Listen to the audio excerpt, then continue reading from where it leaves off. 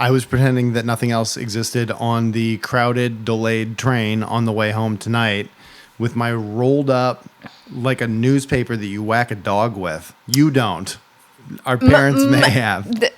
Or just that you read, which is its primary function. But you would never roll up a newspaper to read it. To carry it. No, to whack a dog. No. That's the only reason you'd ever do it. One awful thing slips into every one of these episodes. And it's going to keep it that way. We're going to keep it spicy.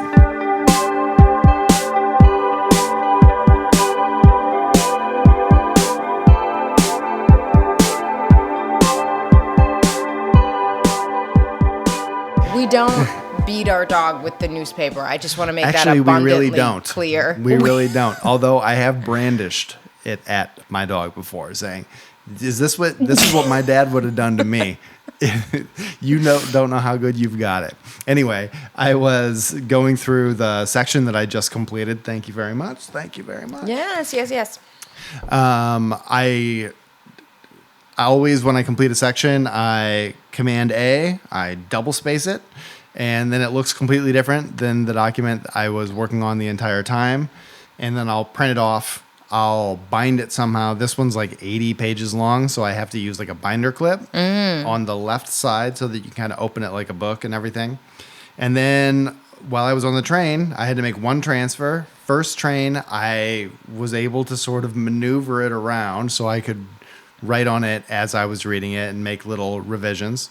I folded that front page probably 8 different ways over the course of trying to write here and then write here. And I poked holes through it by mistake. It's a mess. Wow. I feel kind of good when I'm taking a piece that I'm wrestling with and I like physically wrestle with it as well. Yes. It's like a thing that I like to do.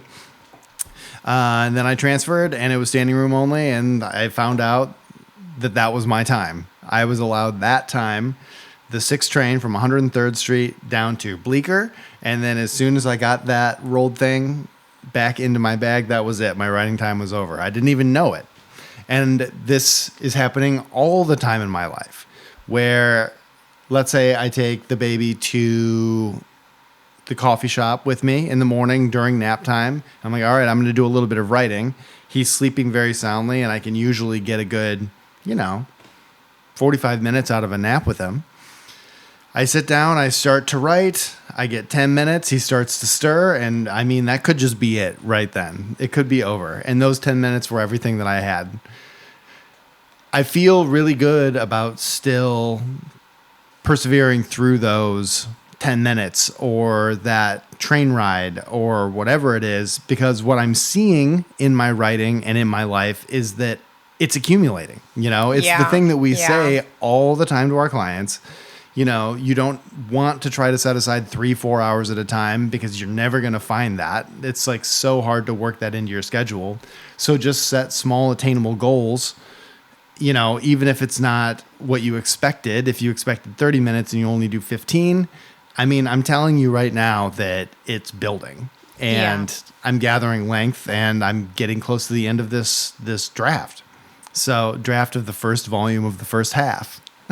Congratulations. That's very inspiring. I think I am watching you do that and seeing the work accumulate, but also just seeing that you are really consistent. And I think that it's good to be around that. It's good to be reminded to kind of keep your priorities in order. My primary focus is just to get back into a more consistent daily practice. I am having to do, big chunks on designated days rather than small chunks on every day. Yeah. And I prefer the latter for sure. I prefer shorter increments, but every day. Oh, that's than funny. I do. I really like the sort of, meditative. My old schedule of, you work for 2 hours, you eat lunch, you work for another 2 hours, you have a nap, We had it pretty good in Beacon. We didn't know it. We thought we were like, this dog is weighing us down. I didn't have it good in Beacon, but I mean, in terms of time, our schedules. Yeah, I know, but I think, the last thing that I'll say on this is that some people have 4 hours or 5 hours a day or 3 hours a day, and they don't use it because they don't need it or because they don't actually work that way, right? So I think it's a bit of a myth that the problem is time. I think that's very rarely the case, and I think actually it's very difficult to have sustained focus for 3-4 hours, and often something that I discovered this when I was developing a meditation practice, you have to build yourself up to being able to work for that long anyway. I think it's pretty rare for most people to just very comfortably write for that many hours. And so even people who are writing every single day. Exactly. So I think, have been for years, like to sit down for 3 hours and to like blast through a high concentration writing session for me is like really, really taxing. Yeah.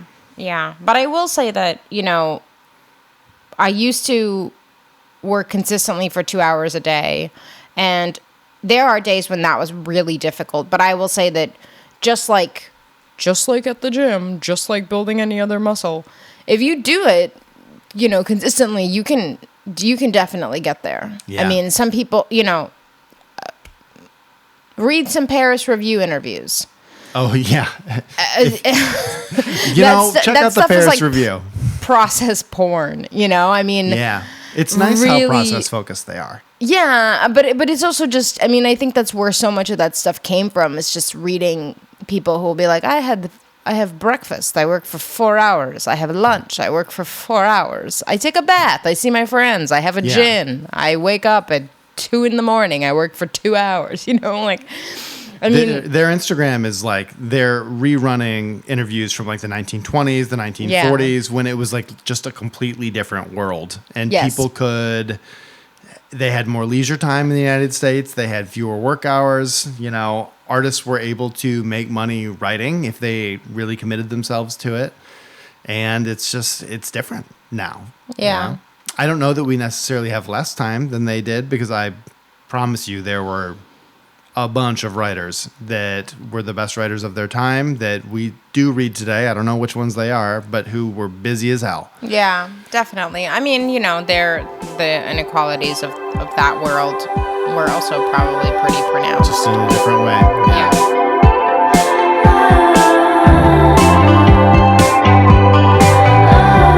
Traffic swerves like bees against the banks.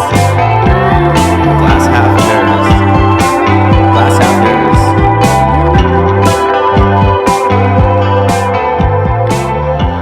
We have callers. We're back on that caller game. We're doing it again. We have people calling us. The callers are calling. The callers are calling us, Dash. We're not calling them to ask them to call us. They want to know what we have to say. Not Lee Child, okay? I'm 100% sure that someone has called Lee Child to want to know what he has to say. Lee Child ain't here. He or she lives in England. Oh, God. That's another piece of information I didn't know. Now you do. Okay. All right, Lee. So our caller this week is Emma B. So people aren't doing any fun nicknames, huh? We could ask them to do that. We don't have like shy Slorus. What's a Slorus? It would be a weird animal that would be part of a nickname. Loris is a name. I got okay. We're gonna do just plain Emma B. Okay. And future callers who call us, and Lee Child can't have this idea. Call us with like a fun name, maybe. Lee Child doesn't care about you. No.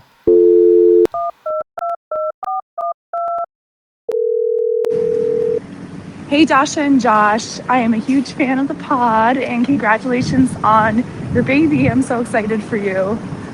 My question is about writing about real people in your life and how you handle that, because it's something that I still don't really know how to do with grace. So when you do write about people, if you do write about people, do you give them a heads up? Do you let them read it?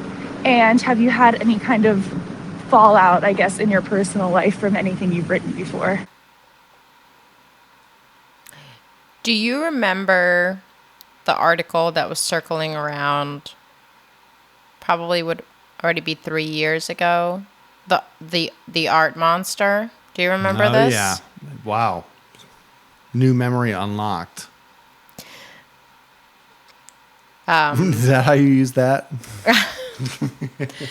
I'm not going to be the jury on how you use that, but so you remember it. So what is your, do you remember how you felt about it at the time?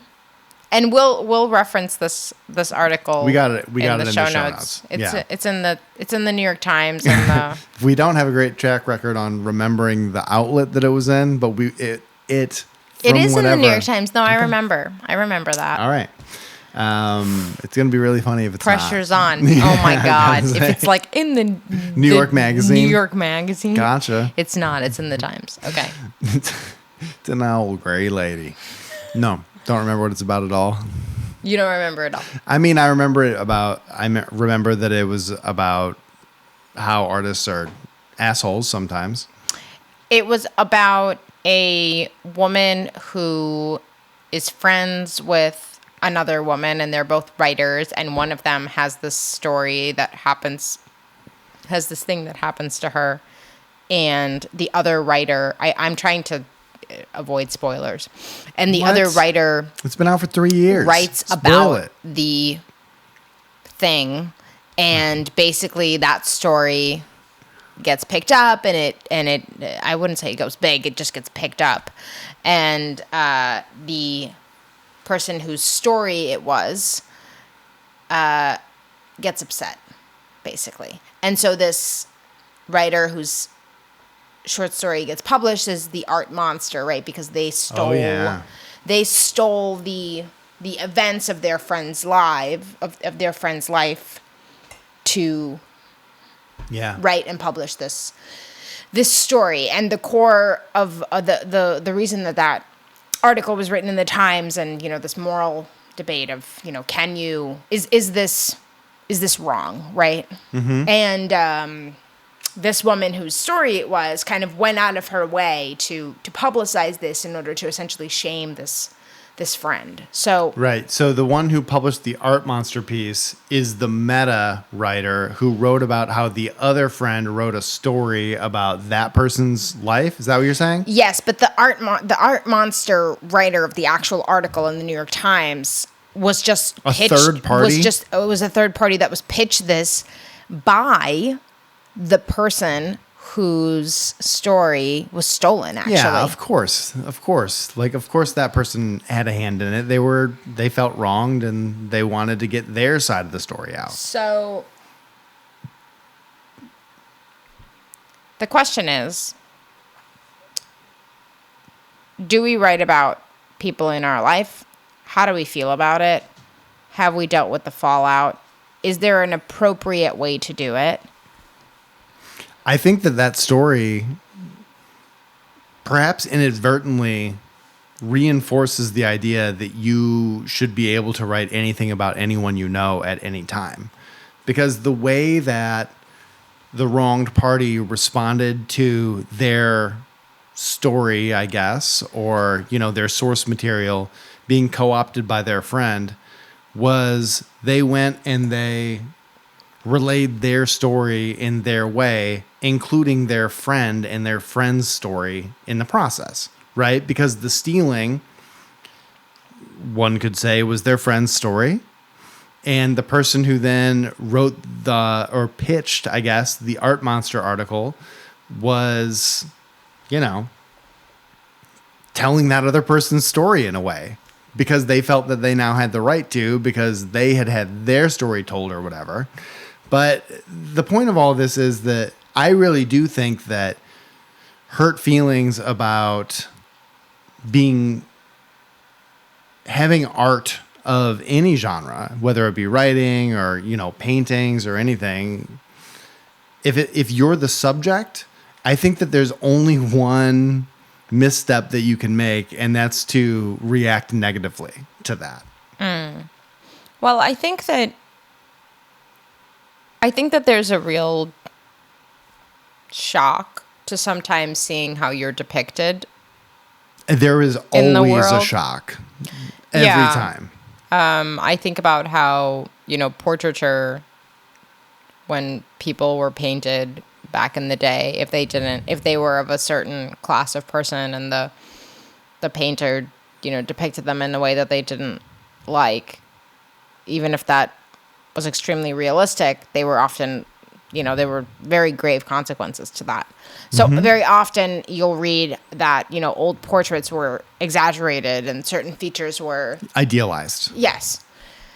Certain features were omitted, that the artist knew the subject felt self-conscious about, et cetera, et cetera. So doing this now, I think that the prevailing narrative is, let's not give a shit about that, right? I mean, Is that the prevailing narrative, you think? I think so. I mean, I think that's the sort of the why autofiction is so popular and why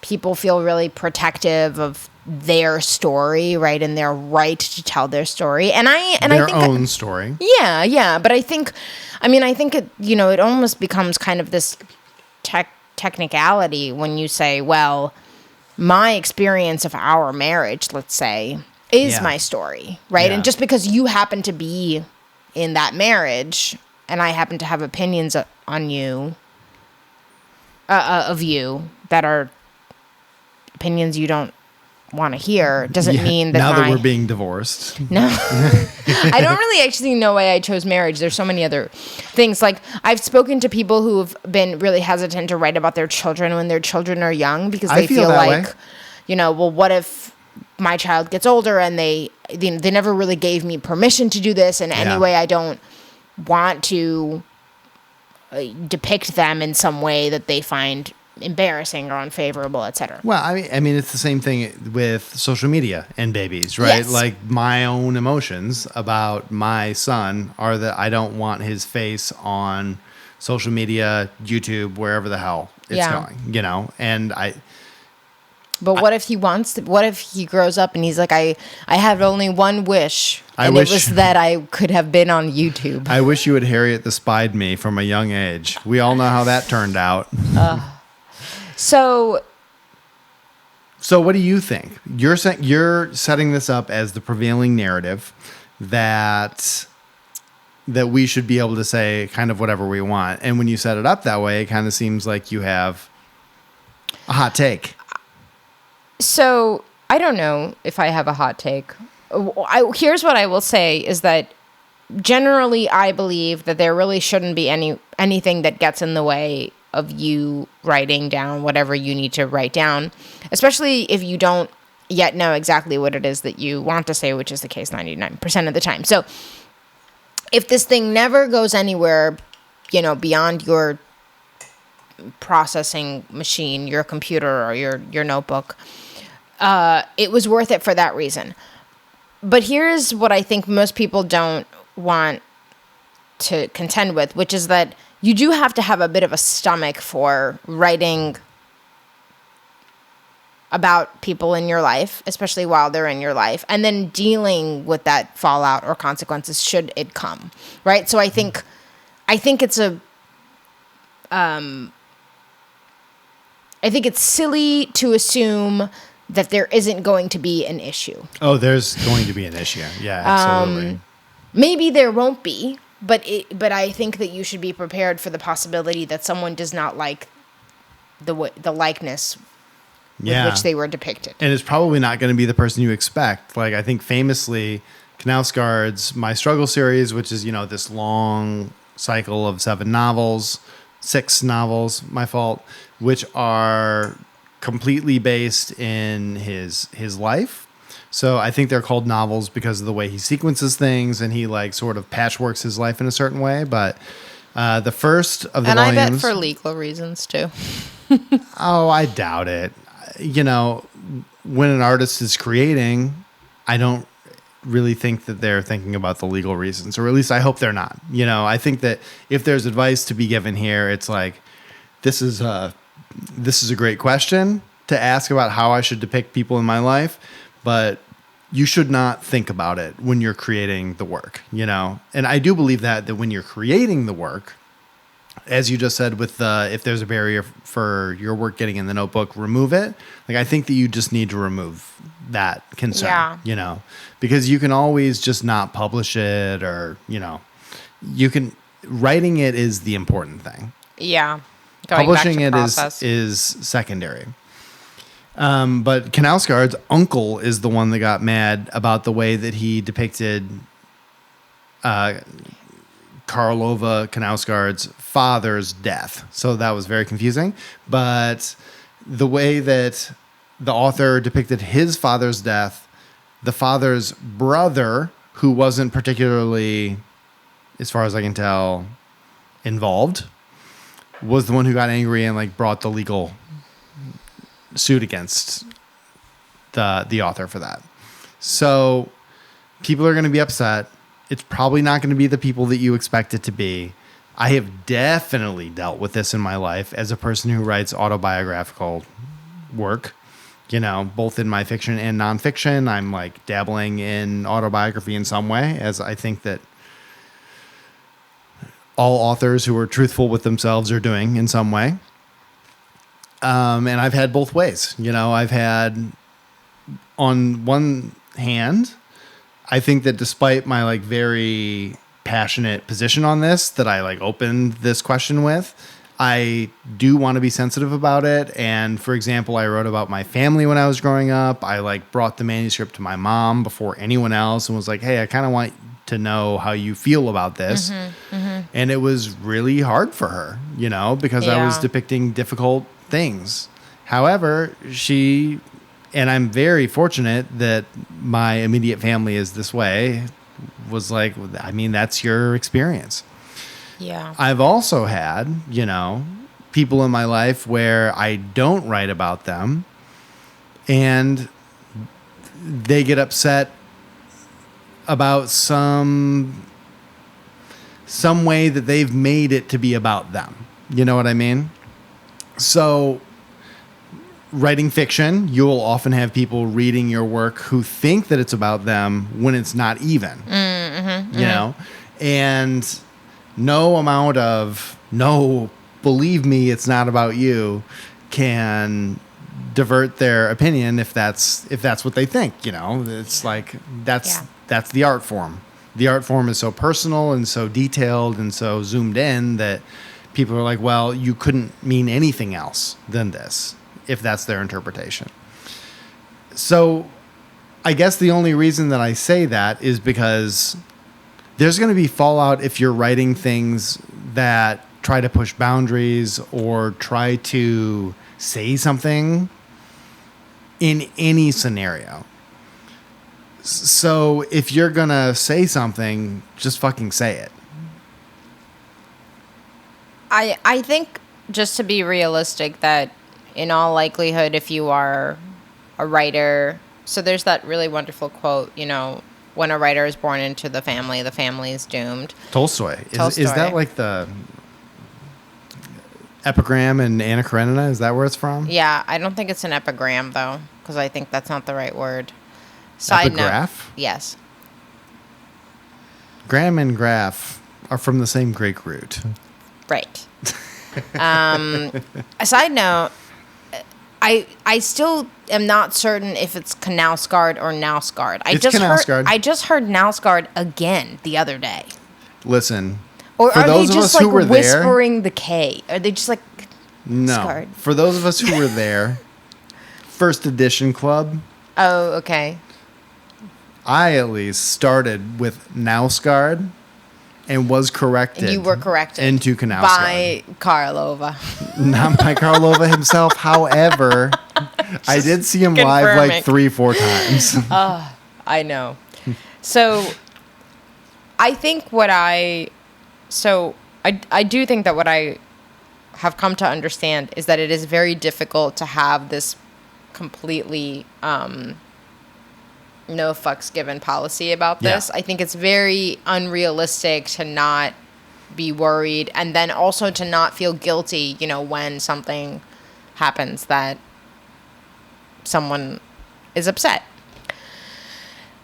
So inevitably, very likely there will be fallout. But I think that the thing to consider is that when you are writing... This is terrible advice, by the way, yeah. No, it's not. But when you are writing, people start to sort of... This has been my experience. They start to kind of try to look for themselves in your writing. This is what I people was talking in your about. family. Yeah.